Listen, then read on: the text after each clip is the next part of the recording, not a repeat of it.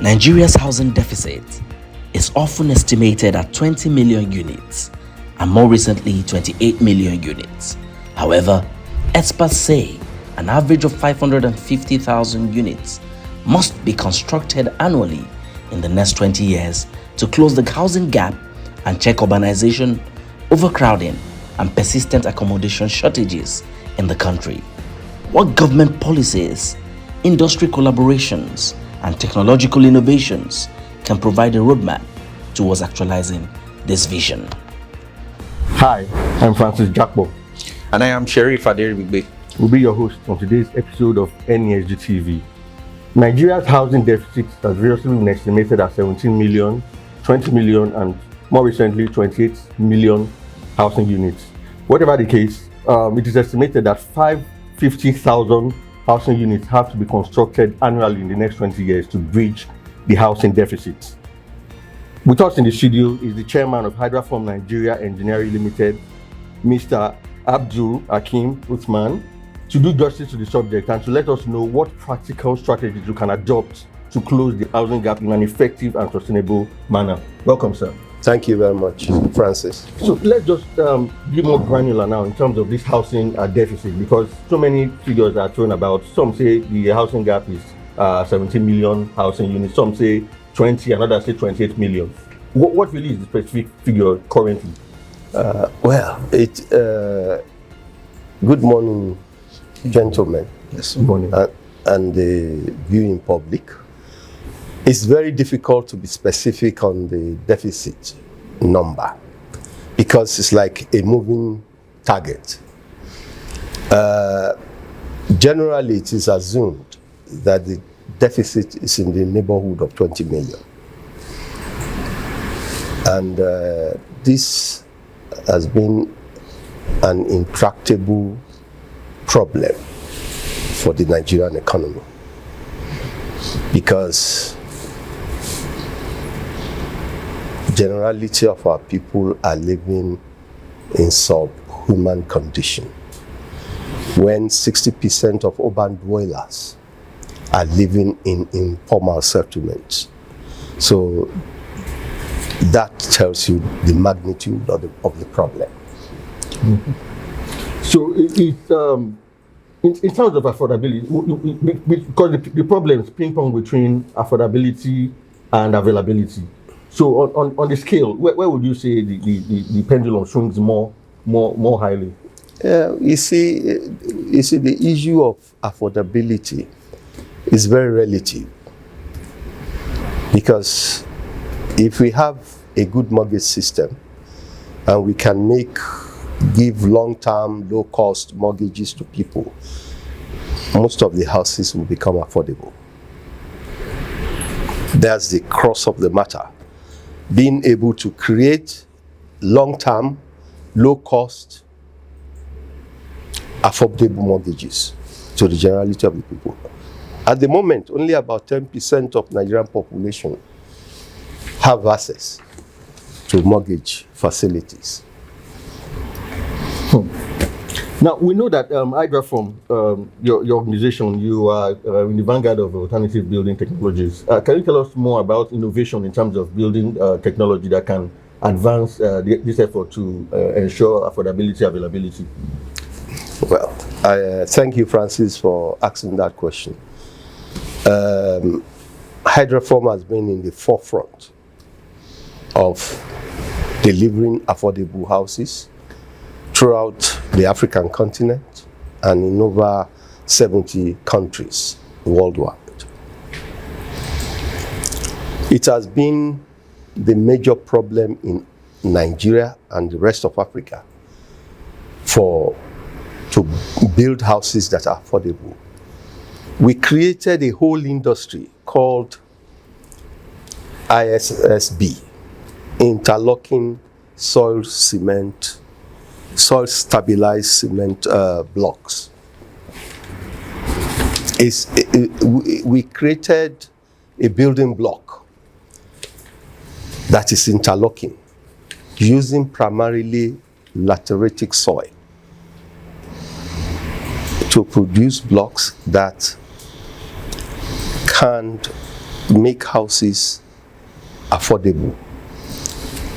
The special thing about this technology is that anybody, no matter your level of education, can be trained to produce these bricks and to build with it. It will interest you that we've been to a village where majority of them were farmers, and the whole village was razed by fire, and the governor called us to assist him in rebuilding the village.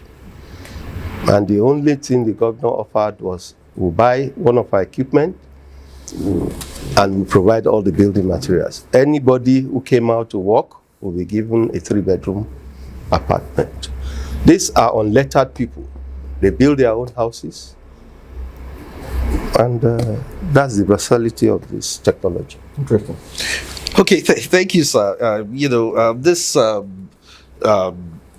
innovative system, some of the concerns of people, it's quite innovative, but I'll piggyback on the question that Francis asked earlier about affordability. Something can be innovative, but it can also be expensive to people. So in terms of affordability now, how can, like, the common man, you talked about it being an innovative system, how good and how certain leaders have adopted it, but for the common man on the street, let's say I want to build a house now. I just want to build a house. Can I have access to this technology? Thank you, Sheriff. Yes, sir. This technology is been available in the country for a very long time. Many houses have been built with the technology. I remember a collaboration with the Ministry of Works and Housing some years ago with this technology, where we built 3-bedroom semi-detached houses at a very reasonable cost. Talking then around 4.9 million. So there are a lot of things that will come into affordability. Is government policy, availability of land, getting construction finance at a reasonable cost. These are factors that will make housing affordable to the generality of our people. Okay, that actually leans into my next questions about regulatory bottlenecks and policy issues. Okay. So you just mentioned a couple of factors that would encourage affordability of this technology. Okay. But in terms of what are specific regulatory bottlenecks that you think is hindering you, being that you have been in this space for more than 20 years? Well, every developer will tell you the most critical reform area is the Land Use Act, because unless something is done, unless this act is reformed,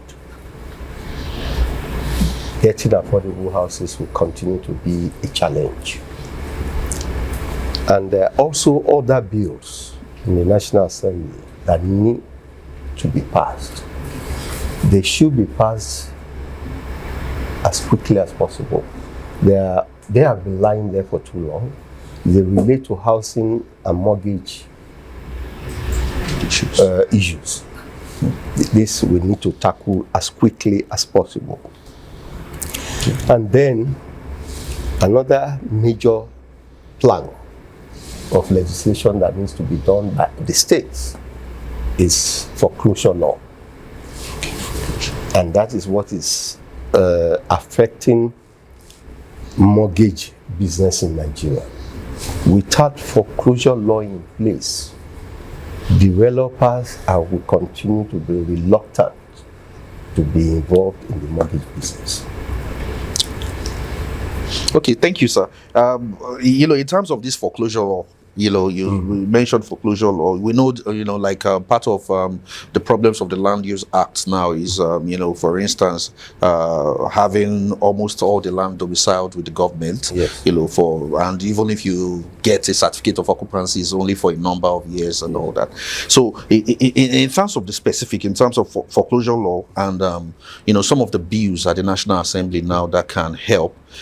Those bills now, do you think some of these laws are, moved around, all stakeholders have their input in them, so that at the end of the day, we have a law that actually encourages affordability and access to some of these properties? I think the Ministry of Housing and Urban Development has been in the forefront with other stakeholders in pushing for these reforms to take place. Okay, sir. Thank you for that response, sir. Thank you, sir. So the next question really directly relates to a thriving housing sector. Here in Abuja, for instance, there are challenges with some developers that people say they are shady, and even real estate agents and all of that. So we are very big on job creation, employment. We are the NESG. So how do we now marry all of this together so the housing sector becomes an avenue to create jobs sustainably, considering all of these challenges we mentioned about developers who are not so straight on? How do we marry all of this together? Well, I tell people that real estate will continue to be valuable since God has stopped creating land, but he has not stopped creating people. So forever, land will continue to be valuable. So anybody who invests in a house will never regret it, because there is always demand, given that we have a growing population. So all we need to do is to create an enabling environment for stakeholders in that sector to be comfortable to bring their money in, to build and to sell, to mortgage, to let. The opportunities are huge. And if we want to grow this economy to the $1 trillion level the government is working on, one of the main plans is real estate development. You can't do much in this economy if you don't put a lot of resources into the real estate sector. Well, in terms of this crisis of trust, I pointed out, how does Hydraform as a developer, tackle that and ensure that people can believe in the sector and you can sustainably create jobs for people? We have been in this city in the last 25 years. And if you Google our name, you can't find anything. We have never done a business with any party that we have not fulfilled our own obligation. So it's issue of trust. It's either you have it or you don't have it. As people say, you cannot be tinily pregnant. If you are pregnant, you are pregnant. If you are honest, you are honest. So it has been our hallmark to be above board in all our dealings with the public. Thank you very much. So that directly relates to the next question, which is, because you've mentioned mortgaging, you've mentioned partnership with government policies and all of that, but what are the granular deliverables you would like to see from each of these components that can work together to ensure that the housing sector becomes thriving and the housing gap can be filled? Mortgaging, construction firms, and the government, and even private sector participation as well. Well, you see, the way we can bring government to assist is what they have been trying to do, to give developers off-taker guarantees. That if I build as a developer, there's a market, there's somebody to buy. I cannot be the developer and then the marketer again. So and then the provider of the mortgage, because they all go in hand. If the developer is assured that if I build, there's mortgage for buyers, so it makes life easier. The developer can go to the market to borrow money to build houses, because it's sure that at the end of the day, it will get paid. But if you are not sure, like most Nigerian businesses are speculative, and in the housing business, you can't be speculative. You have to be specific. Who am I building for? Do I have a buyer lined up for this project? If you don't have 60% of buyers for your project, don't start it. It's better, you are better safe than sorry.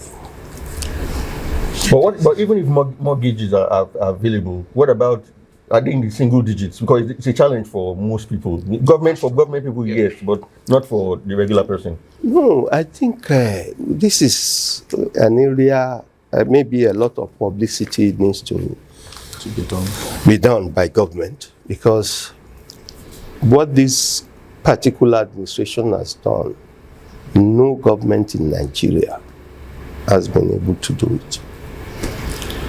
Providing affordable mortgage through MREF at 9.75% Across board. Yes, Across board, 9.75%. not just government, not just Nigerians. If they have put in place a fund of 1 trillion naira fund to be able to give affordable mortgages to the generality of Nigerians. And that's not only the policy the government has embarked on. You have the Family Homes Fund. You have the National Housing Fund, which has always been there. So by the time you put all this together, there's so much resources into affordable mortgages. There's no better time for a young person to own a house in Nigeria than now. Awesome. All right. Thank you so much, sir. I hope people listening can actually key into this, because a lot of the time we understand that there's an information gap, but people also need to look out for those information so as to be able to access some of these opportunities. Yeah. So, sir, I'll still want to take us back now to the Hydraform technology. Yeah. As you've explained earlier, that it helps in basically reducing costs and sustainability.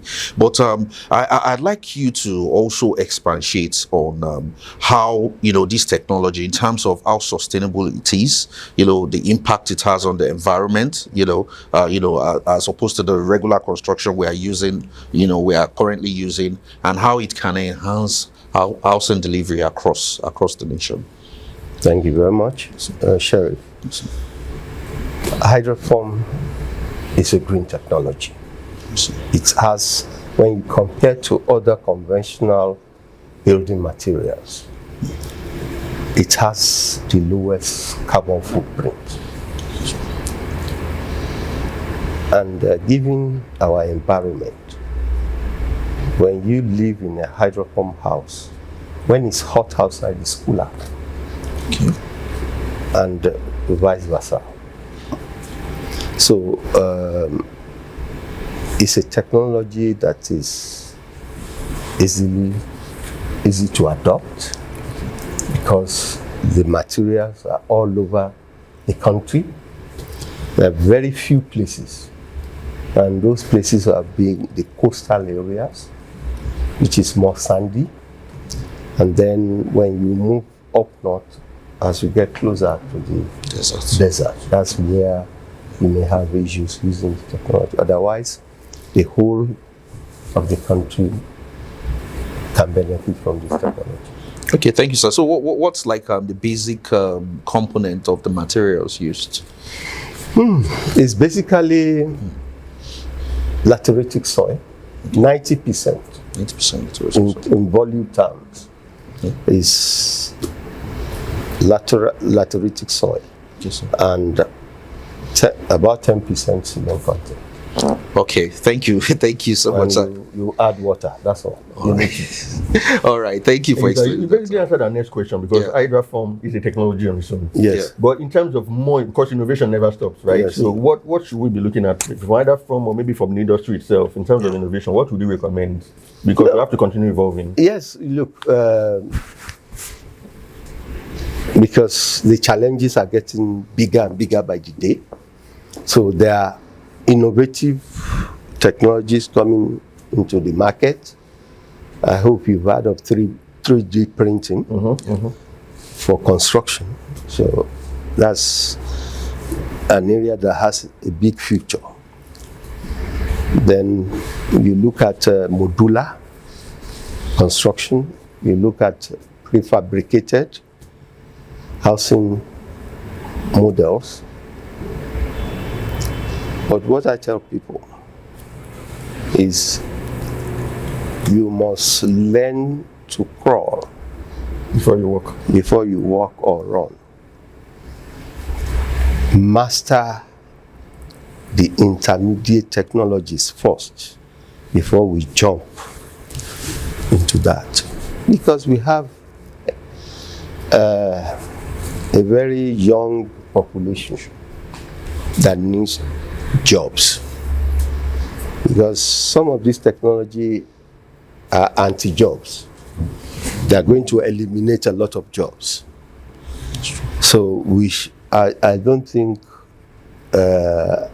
in the near terms we should be too much in a hurry to adopt some of these technologies. Interesting. Okay, thank you, sir, for that wonderful response. So, it's just as we always say, it's a trade-off, really.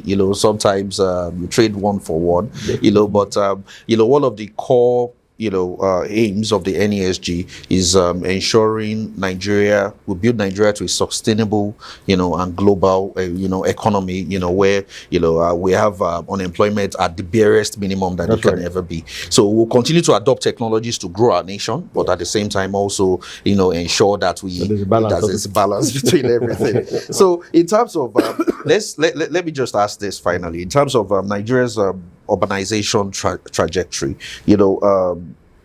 we need to do it in terms of infrastructural planning. We have some cities in Nigeria are way better in terms of planning than others. So as someone that has been in the real estate space, for over 25 years, what do you think the government, and all stakeholders need to do to ensure that, our environments are properly planned, and they are at par with what is obtainable, in the best areas in the world?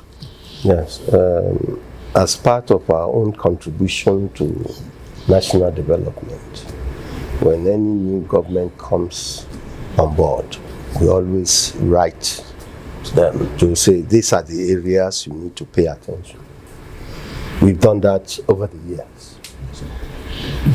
I think we have written to the Honorable Minister of Works and Housing, the Honorable Minister of Works, sharing our insight that these are things we need to look at. If you look at America, any city in America, it's like they have a blueprint. The moment you know one city in America, the next city will not be difficult for you to, because they have a blueprint. And this is what we have suggested to the Nigerian government, to say, look, all our cities, particularly our local government headquarters, are slums. Why can't we put in place a template that they can use to organically grow their cities? It's not rocket science. Yes, one may not fit all, but because each area may have its own peculiarity. But by the time we standardize the planning and have a blueprint that can be shared across board, I think we can overcome some of these challenges. Thank you so much, sir. And thank you to our audience for listening in today. We've had with us the group chairman of Hydraform Nigeria, Mr. Abdulhakeem Huthman, and he has helped dimension this wonderful topic about providing affordable housing for Nigerians. To all of us, all stakeholders listening, there are a number of policy challenges, regulatory bottlenecks that we need to overcome for the nation, for every Nigerian to have access to affordable housing. And I hope we look into some of these things that has been talked about today and move the country forward. I am Sheriff Aderibigbe. And I'm Francis Jakpor. Till next time, see you.